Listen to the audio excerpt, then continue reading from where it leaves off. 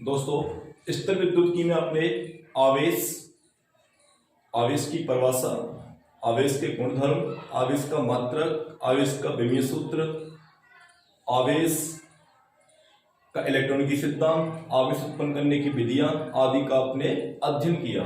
अब इस वीडियो में जो आपका अगला टॉपिक है वह है कूलॉम का नियम। कूलॉम का नियम, और यहां से कूलॉम के नियम की बात करें तो कूलॉम का नियम जो आवेश के कारण जो बल उत्पन्न होता है उसकी गणना के लिए हम इसको प्रयोग करते हैं। तो कूलॉम के नियम में बात की जाए कि यदि दो आवेश Q1 और Q2, दो आवेश Q1 व Q2 जो एक दूसरे से r दूरी पर स्थित हैं, ठीक है, दो आवेश हैं Q1 Q2 जो एक दूसरे से r दूरी पर स्थित हैं, तो इनके मध्य लगने वाला आकर्षण व प्रतिकर्षण बल, इन आवेशों के मध्य लगने वाला आकर्षण या प्रतिकर्षण बल दोनों आवेशों के गुणनफल के समानुपाती व उनकी बीच की दूरी के वर्ग के व्युत्क्रमानुपाती होता है। अर्थात लगने वाला बल समानुपाती होता है किसके? आवेशों के गुणनफल के। तो यहां से देखा जाए आप परिणाम बोल सकते हैं आवेशों के परमाणु गुणनफल के समानुपाती होता है। तो यहां से समानुपाती किसके है?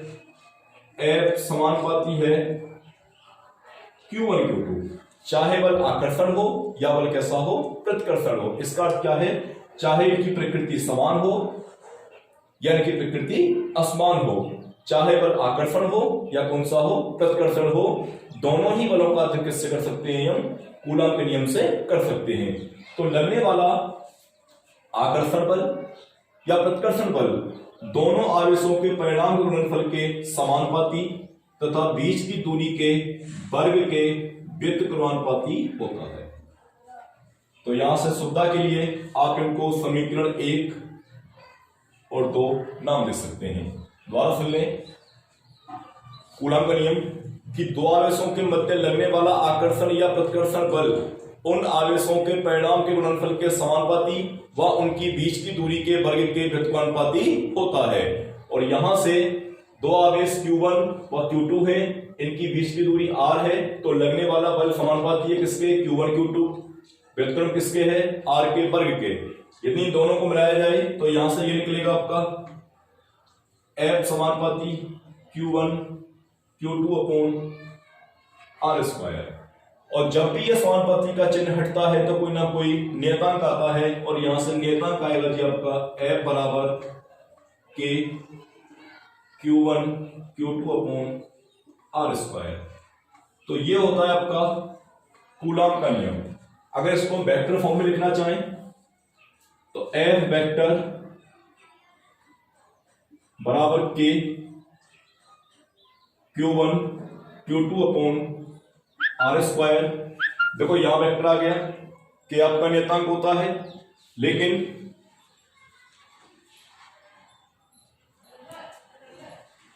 K आपका नियतांक होता है, लेकिन हम R पर हम कोई भी वेक्टर का चिन्ह प्रयोग नहीं कर सकते हैं। लेकिन R कैसी राशि है? इसके स्केलर नहीं है, वेक्टर है, इसलिए इसकी दिशा दिखाने के लिए हम एकांक सदिश का प्रयोग करते हैं, और यहां पर लिख देंगे हम R के। ये कूलॉम के नियम का वेक्टर फॉर्म है, ये कूलॉम के नियम का सदिश रूप है। इसके बाद हम चर्चा करते हैं K पर। ये K क्या है? K यहां एक नियतांक है, K यहां एक नियतांक है, तो K यहां नियतांक है। दोस्तों, नियतांक वो होता है जिसका मान नियत होता है। K का मान जो निर्वात में होता है इसका मान होता है K बराबर 1/4 पाई एप्सिलॉन नॉट, और इसके जो आंतरिक मान होता है वह होता है 9×10⁹। मैंने इसमें भी यूनिट का प्रयोग नहीं किया है, मात्रा का प्रयोग नहीं किया है, क्योंकि मैं इसके मात्रक की उत्पत्ति करूंगा।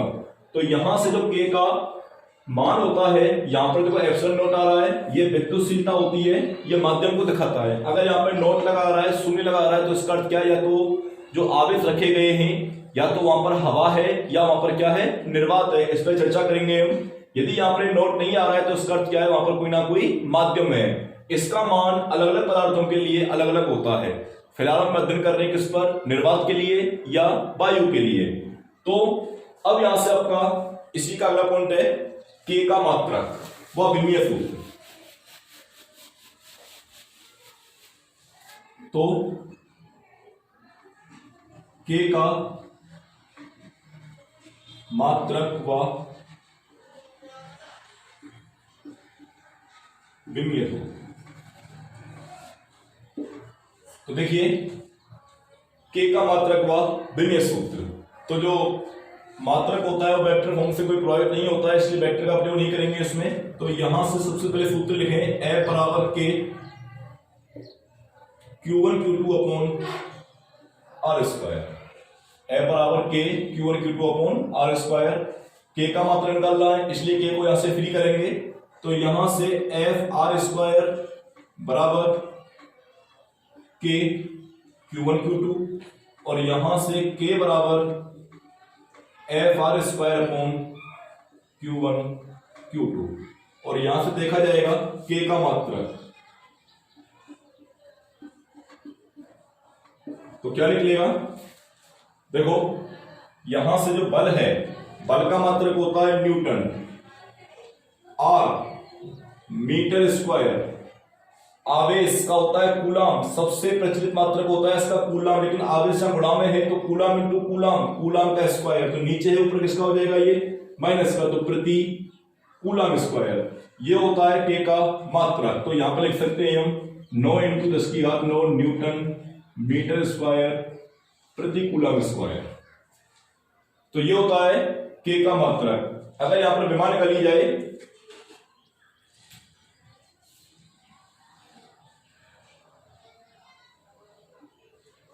के की विमा, विमा घात को कहते हैं और यहां से डायरेक्ट हम मात्रक से विमा निकाल सकते हैं। न्यूटन, न्यूटन किसका मात्रक होता है, बल का। और बल की विमा क्या होती है, बल की विमा होती है m1 L1 T-2, बड़े पोस्टर को बंद कर दो उसको। मीटर, मीटर की होती है कितनी L2 अपॉन प्रति कूलाम स्क्वायर, कूलाम की होती है 80। तो यहां से नीचे ले लो उसको AT, इस पर 2 घात है तो A2 T2। यहां से इसकी फाइनली विमा निकालेंगे हम। इसमें m कहीं भी नहीं है तो m पे घात कितनी है m1। L एक यहां पर है 2 यहां पर है तो गुणा करेंगे इन दोनों का आपस में, तो L3 T 2 -2 ऊपर है और 2 नीचे, ऊपर जाए किसका हो जाएगा ये माइनस का, तो T -4, ए ऊपर जाए किसका हो जाएगा माइनस का और A -2। ये होती है के की विमा। तो यहां से जो हमने नेतांक का प्रयोग किया था उसका निर्वात में जो मान होता है वो होता है 1/4πε0। इसका जो आंकिक मान निकालेंगे तो ये निकल के आएगा 9 × 10⁹। मात्रक होता है इसका न्यूटन मीटर स्क्वायर प्रति कूलम स्क्वायर। विमा होती है इसकी m1 L3 T-4 A-2। ये किसकी कहानी है आपकी, के की। लेकिन हमने यहां पे क्या किया है, जो के का मान रखा है वहां हमने ε0 विद्युतशीलता का प्रयोग किया है। ये केवल क्या दिखाता है कि जो बल है, जो विद्युत बल है वो किस माध्यम में कार्यरत है, निर्वात में है या किसी माध्यम में। एप्सिलॉन जो विद्युतशीलता होती है इसका मान अलग अलग माध्यम के लिए अलग अलग होता है। जैसे हम बात करें किसके लिए, निर्वात के लिए, तो इसका मान 1 होता है, ठीक है। चालकों के लिए इसका मान, चालकों के लिए इसका मान अनंत होता है। तो यहां से इसका जो मान है वह अलग अलग पदार्थों के लिए अलग अलग होता है। लेकिन इस विद्युतशीलता का क्या निकालते हैं हम, मात्रक निकालते हैं। तो यहां से इसका मात्रक निकालेंगे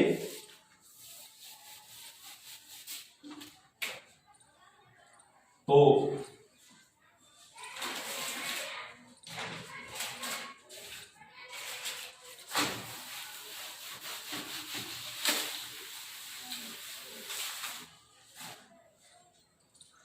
एप्सिलॉन नॉट का मात्रक। दोस्तों मात्रक में निकाल रहा हूं, इसका विमा आप लोगों को निकालनी है, वैसे नोट फॉर्म में है विमा इसकी। तो देखिए यहां से हम सूत्र का प्रयोग करते हैं जिसमें एप्सिलॉन नोट का प्रयोग होता है। तो सबसे पहले क्या करेंगे हम, F बराबर के Q1 Q2 upon R square. अब K का मान कितना होता है, 1 अपॉन 4 पाई एप्सिलॉन नोट। तो यहां से क्या रखेंगे इसका मान 1 अपॉन 4 पाई एप्सिलॉन नोट। जब भी हम विमा निकालते हैं या मात्रा निकालते हैं तो इन अंकित राशियों का प्रयोग नहीं करते हैं। तो यहां से 4 को और पाई को छोड़ देंगे, बाकी इनका प्रयोग करेंगे। तो यहां से ये इसके हर में है, ये उधर गुणा में है इसके में, तो एप्सिलॉन नोट R स्क्वायर बराबर कितना Q1 Q2, और यहां से एप्सिलॉन नोट बराबर Q1 Q2 upon FR square, और यहां से इसका जब मात्रक निकलेगा तो एप्सिलॉन नोट का मात्रक,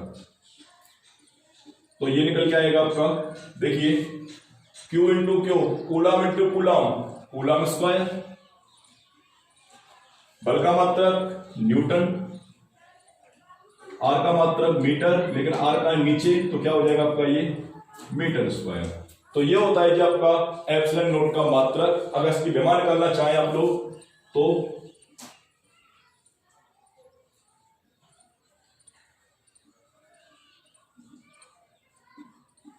विमीय सूत्र, सबसे पहले आवेश का निकालेंगे। तो आवेश का होता है 80, इस पर घात कितनी है 2, तो A2 T2।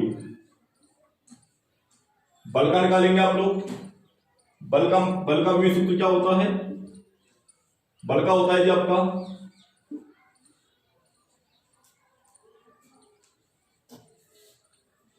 M1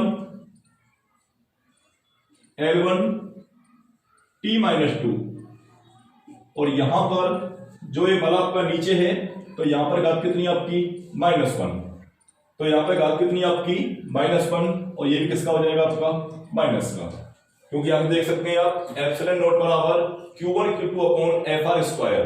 तो यहां से coulomb into coulomb, coulomb square प्रति न्यूटन प्रति मीटर स्क्वायर। तो जब यहां पर माइनस का चिन्ह लगेगा तो इसके सभी चिन्ह क्या हो जाएंगे, पलट जाएंगे, प्लस का है वो माइनस का, माइनस का है वो प्लस का। तो ये किसका हो जाएगा आपका माइनस माइनस प्लस, और यहां पर है आपका N2, वो भी किसका है माइनस का। तो यहां से इनको कंपाउंड करेंगे,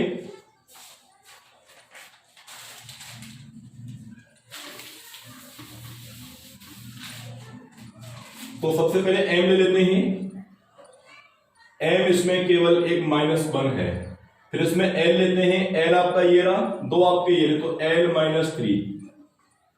फिर इसमें t लेते हैं, t, तो यहां से t 2 और 2 4, और A2। ये होती है आपकी विद्युतशीलता का विमीय सूत्र, एप्सिलॉन का विमीय सूत्र, चाहे मात्रक की हो चाहे किसकी हो, निर्वात की हो, ये आपका समान रहेगा, मात्रक परिवर्तित नहीं होता है माध्यम से। तो यहां से K का और एप्सिलॉन नोट का मात्रक व विमीय सूत्र आपका निकल के आता है। इसके बाद बात आती है कि इस एप्सिलॉन नोट का आंशिक मान कितना होता है, इसका आंशिक मान कितना होता है, तो इस पर चर्चा करते हैं। इसका जो आंशिक मान होता है, जब न्यूमेरिकल करते हैं तो उसमें प्रयोग इसका कर सकते हैं हम लोग, एप्सिलॉन नोट का आंशिक मान,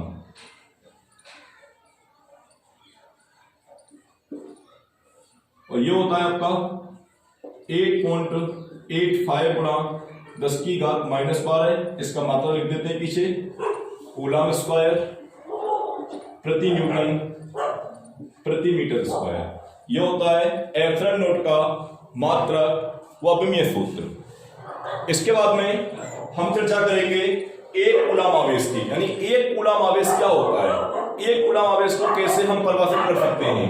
तो इसके लिए सबसे पहले हमको कूलम के नियम का सूत्र लिखना है।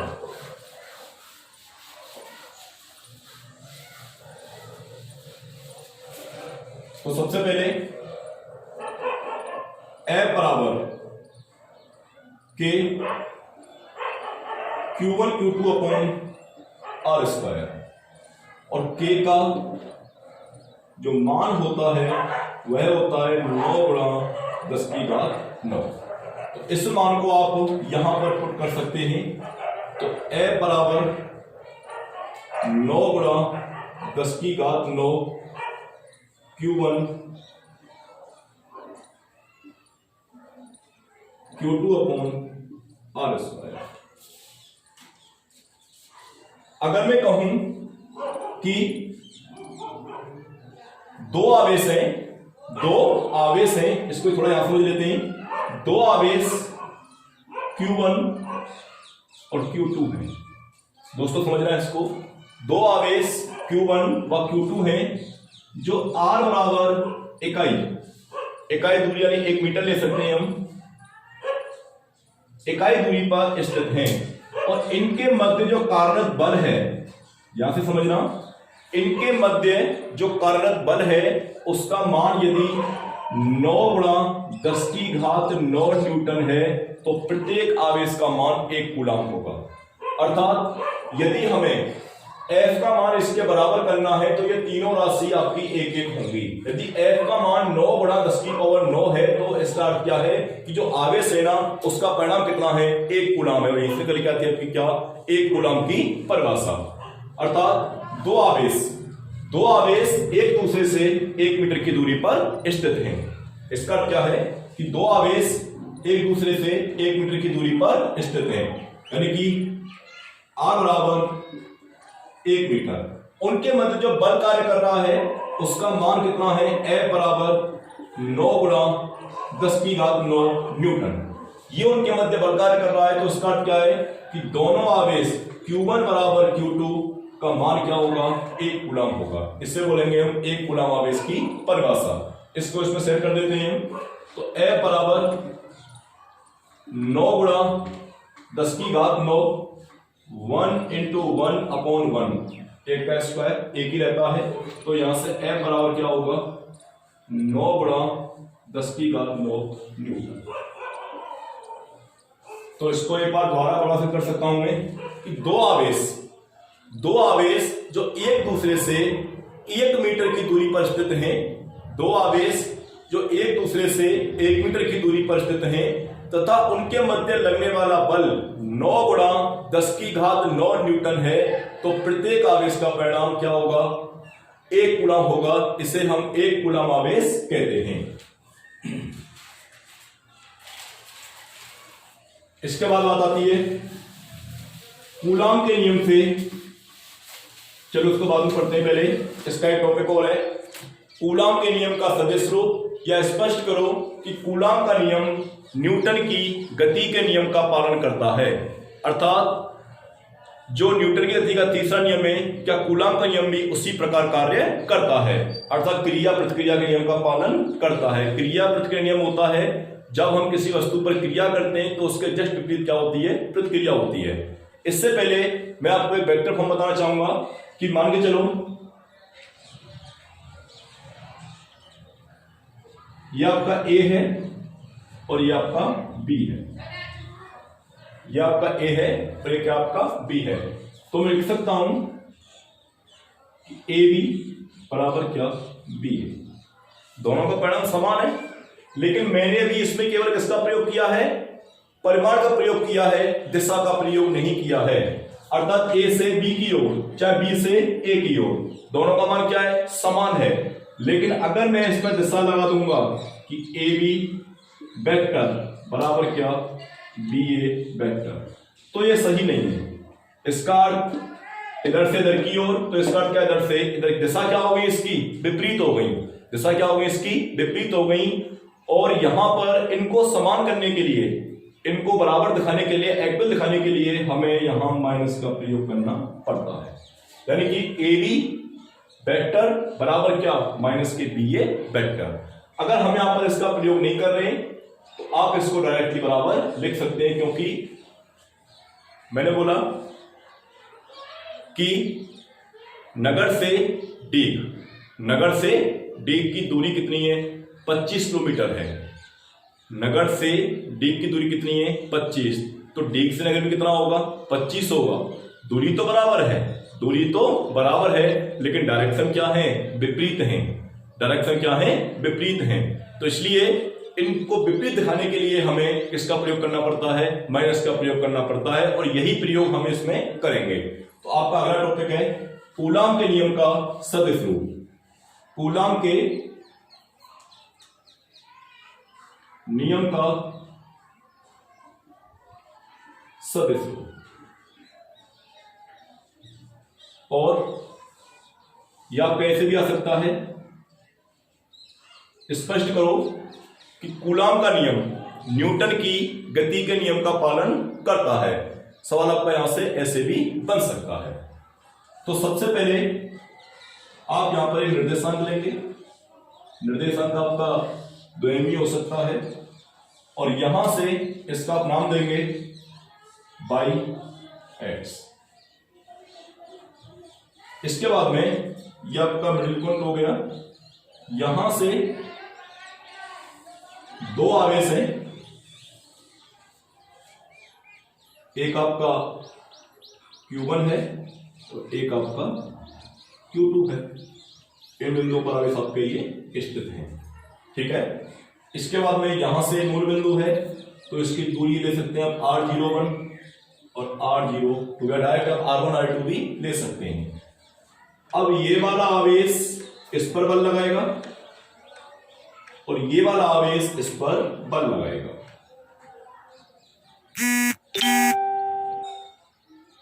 दोनों आवेश एक दूसरे पर बल लगाते हैं। तो यहां से जो ये वाली दूरी है, अगर मैं कहूं कि ये इस पर बल लगा रहा है, तो इस बल का मैं नाम दूंगा R12 वेक्टर, और इस बल का मैं नाम दूंगा F12 वेक्टर, इसका नाम दूंगा मैं F21 वेक्टर। यानी कि इसका अर्थ क्या है कि दोनों आवेश एक दूसरे पर क्या लगा रहे हैं, बल लगा रहे हैं। और यहां से जो इसकी दूरी है, ये वाली दूरी में लूंगा इसको, यानी कि आप इसको ऐसे लिख सकते हैं R21 बराबर माइनस R12। इसको आप ऐसे भी ले सकते हैं अगर इसका वेक्टर फॉर्म का प्रयोग कर रहे हैं तो, ठीक है। इसके बाद में यानी कि दोनों दूरी क्या है, यहां से यहां तक की दूरी और यहां से यहां तक की दूरी। आप इसको ऐसे दिखा सकते हैं, यहां से R1 वेक्टर और R2 वेक्टर। तो ये दूरी दोनों आपस में क्या है, बराबर है, यानी कि R21 बराबर क्या, माइनस का R12। तो दो आवेश जो मूल बिंदु से R1 व R2 दूरी पर स्थित हैं, ठीक है, और दोनों के बीच की दूरी कितनी है, R21 या R12 है। दोनों बराबर तो है, लेकिन दिशा कैसी है उसकी, विपरीत है। मैंने आपको ही बताया था यहां पर दिशा को लेके कि दूरी तो बराबर है, लेकिन डायरेक्शन क्या है, विपरीत। यानी कि या तो इधर से इधर की ओर या इधर से इधर की ओर, दोनों के लिए किसका प्रयोग होगा, अलग अलग चिन्ह का प्रयोग होगा यहां पर, लेकिन परिणाम क्या है उसका, परिमाण क्या है उसका, समान है। तो यहां से पहले मैं लूंगा, आप कोई सा ले सकते हैं, इसमें कोई इश्यू नहीं है, कि Q2 आवेश के कारण, देखो बल कौन लगा रहा है, Q2 आवेश के कारण Q1 आवेश पर लगने वाला बल। तो यहां से इसको ले लेंगे हम F12 वेक्टर बराबर के Q2 अपॉन, देखो इसको आप नीचे तो आपका परिमाण आएगा, इसमें आप चाहे तो 12 ले सकते हैं, चाहे 21 ले सकते हैं।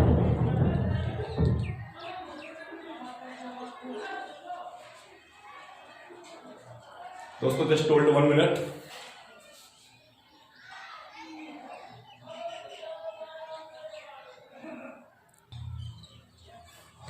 तो यहां से मैं बता रहा था आपके लिए कि दो आवेश Q1 Q2 R1 R2 पर स्थित हैं, इनकी दूरी का परिणाम तो क्या है, समान है, लेकिन डायरेक्शन क्या है इसकी, विपरीत है।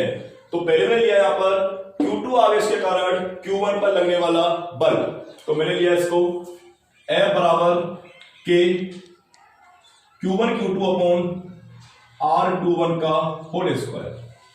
परिमाण कैसे भी ले सकते हैं दशा, तो उसके लिए चाहे r12 ले लो चाहे r21 ले लो, लेकिन यहां से दूरी आप ले लेंगे कि r12, तो यहां से हमने लिया है इसको r12 कैप। अभी आपको कहीं भी किसका माइनस का प्रयोग नहीं करना है, r12 कैप। इसके बाद में इसी प्रकार इसको चाहे समीकरण मान सकते हैं आप लोग, इसी प्रकार Q1 आवेश के कारण Q2 पर लगने वाला बल, तो यहां से F21 वेक्टर बराबर के Q1 Q2 अपॉन R21 का होल स्क्वायर, और यहां पे क्या आएगा आपका ये R21 कैप। दोस्तों मैंने पहली बार आपसे कहा था कि ये दोनों मान आपस में बराबर हैं, लेकिन अंतर किसका है, माइनस का। दिशा कैसी है इसकी, विपरीत है। तो मैं लिख सकता हूं यहां से, इसको समीकरण 1 डाल दो, इसको समीकरण 2 डाल दो। समीकरण यहां पर डायरेक्ट लिख दो उसको इस तरह से, R12 कैप बराबर होगा किसके, माइनस R21 कैप के। तो यहां से इसको ऐसे लिख सकते हैं हम लोग, R21 कैप बराबर किसके होगा, माइनस R21 कैप के। आप चाहो तो आप किसका प्रयोग कर सकते हैं, कैप का प्रयोग कर सकते हैं एक अंश इसके रूप में।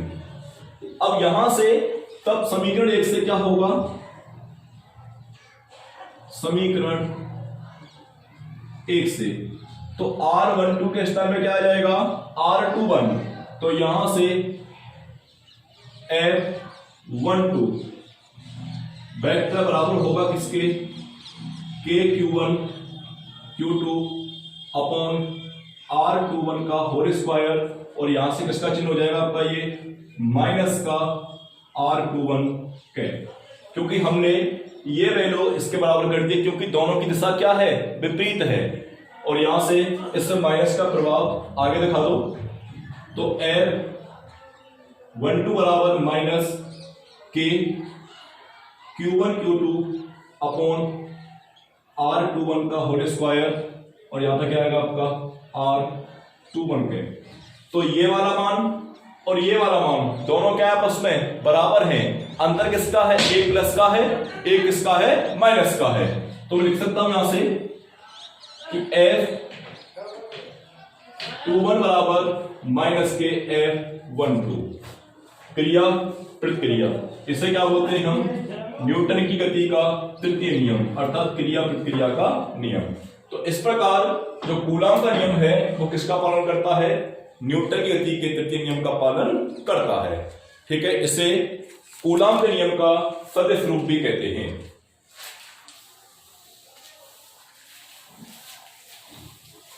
नेक्स्ट टॉपिक है आपका कूलॉम के नियम से संबंधित महत्वपूर्ण बिंदु।